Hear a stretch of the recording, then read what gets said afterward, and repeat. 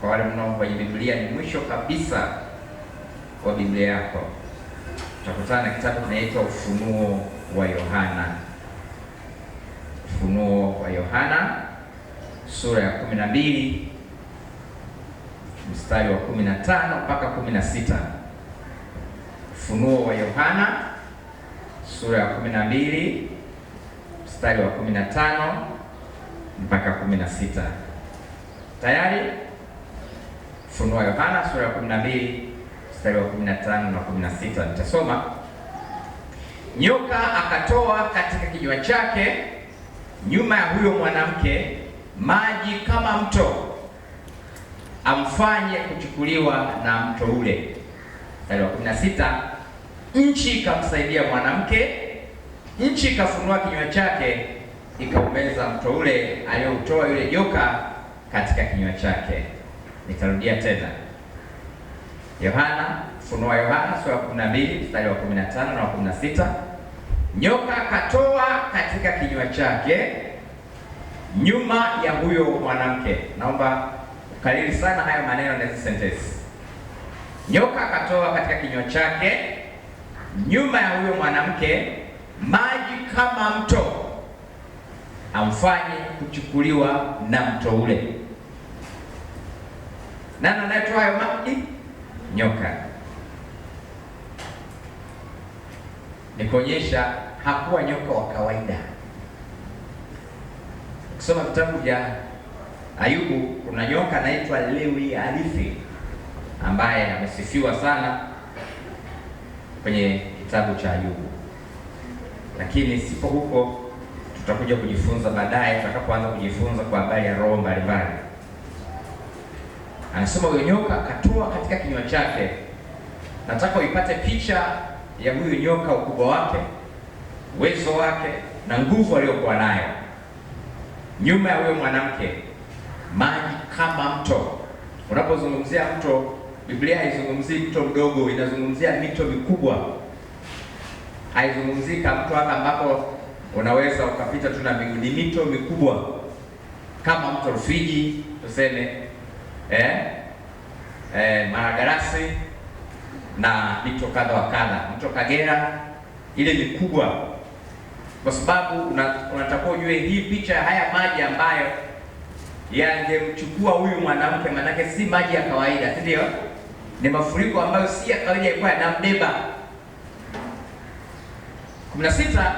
Nchi ikamsaidia mwanamke, nchi ikafunua kinywa chake, ikaumeza ule mtu aliotoa ile joka katika kinywa chake. Bwana Yesu asifiwe sana. Haleluya. Kuna namna ambavyo Mungu huwa anatutetea wakati hatujui kinachoendelea kwenye maisha yetu. Unapolala usingizi, huwa haujui kinachoendelea katika ulimwengu wa damu na nyama. Wakati ule ambao haujui kinachoendelea,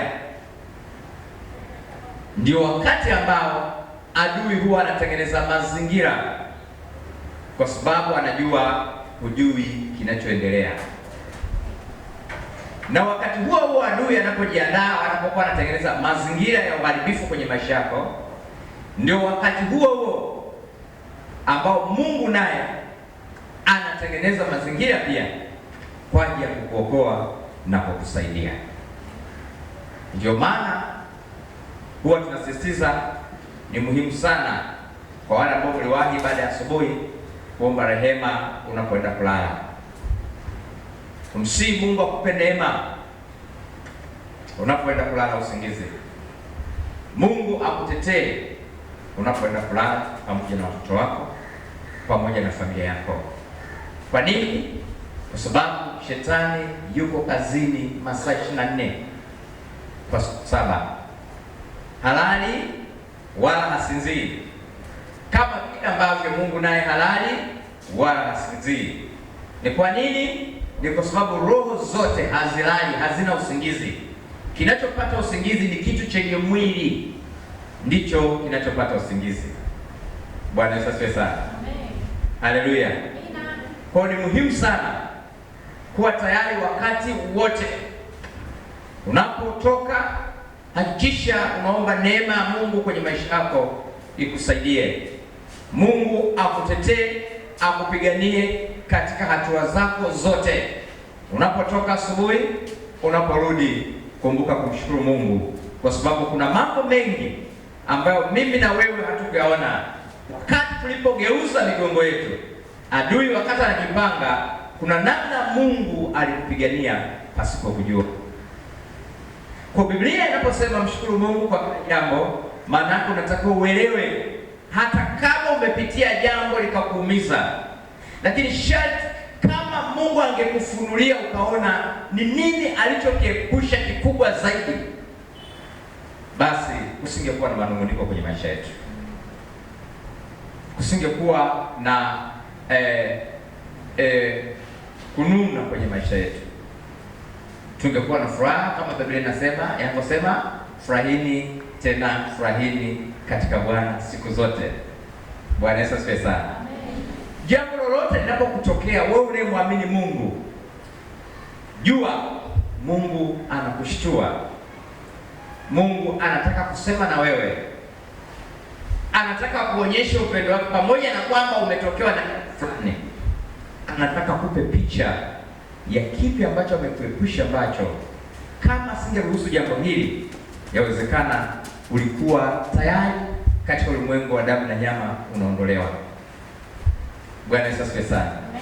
Tumesoma, tunaona namna ambavyo joka alivyoachilia maji kama mto, lakini maji hayo hakuyaachilia au uharibifu hakuachilia wakati mwanamke akiwa anamwangalia.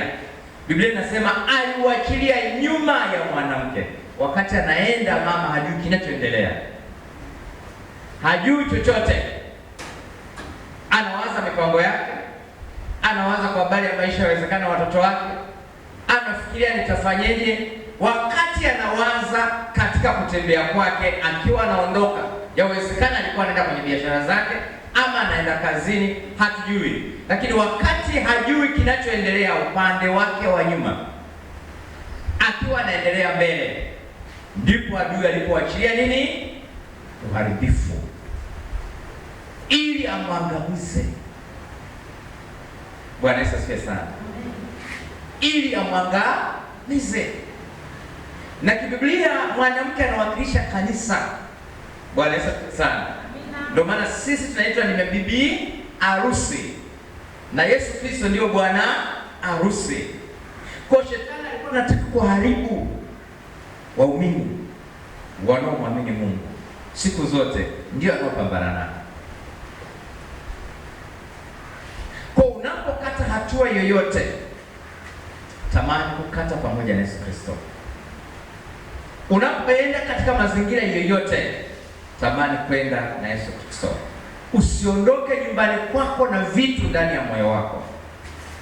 Tamani kutengeneza kabla hujatoka ndani ya nyumba yako. Kwa nini? Kwa sababu adui anasubiri utakapokata hatua kuelekea nyuma yako, anakufuata akutengenezea uharibifu. Ni muhimu sana kujua hivyo. Ni muhimu sana kufahamu hivyo. Inawezekana asiachilie mto wa kukupeperusha ama wa kukufurikisha, lakini kuna laana nje ambazo anaweza kama amezitengeneza, zimeandaliwa kukusubiri, zitapata nafasi namna ulivyotoka. Bwana Yesu asifiwe sana. Ulitokaje ndani ya nyumba yako? Umetoka ukiwa na amani ya Bwana, ama umeondoka ukiwa na hasira na visasi vya adui? Biblia inasisitiza siku zote kuwa makini, wala usimpe nafasi ibilisi. Kwa nini Biblia inasisitiza usimpe nafasi ibilisi? Usipompa nafasi ibilisi, anapoinuka kutaka kufanya uharibifu, Mungu atakupigania yeye. Bwana Yesu asifiwe sana. Wakati mama anaondoka, wakati muumini huyo anaondoka, uharibifu ulipoinuliwa, Biblia inasema nchi ikafunua kinywa kwa ajili yake, ikaumeza ule mto. ili kumwepusha mama, kumwepusha mtu huyo, kuiepusha jamii hiyo na uharibifu uliokuwa umekusudiwa na Ibilisi kwa habari ya familia hiyo. Bwana Yesu asifiwe sana. Unaweza kuona namna ambavyo unapotoka na Mungu, unapokuwa na mawasiliano mazuri na Mungu, unapokuwa na uhusiano mzuri na Mungu, namna ambavyo Mungu yuko tayari yeye binafsi pasipo wewe kujua kupigania. Mungu anaweza kutumia chochote kwa sababu vyote viko chini yake. Mbingu na nchi ni mali ya Bwana. Kwa anaweza kutumia chochote kukuokoa. Akaitumia ardhi kumwokoa huyo mama. Biblia inasema ardhi kafunua kinywa chake. Kama ulikuwa hujui kama ardhi ina kinywa, basi leo fahamu ya kwamba ina mdomo. Kwa kama ina mdomo, maana yake inazungumza. Ndio maana Biblia inasema Mungu anamwambia Kaini,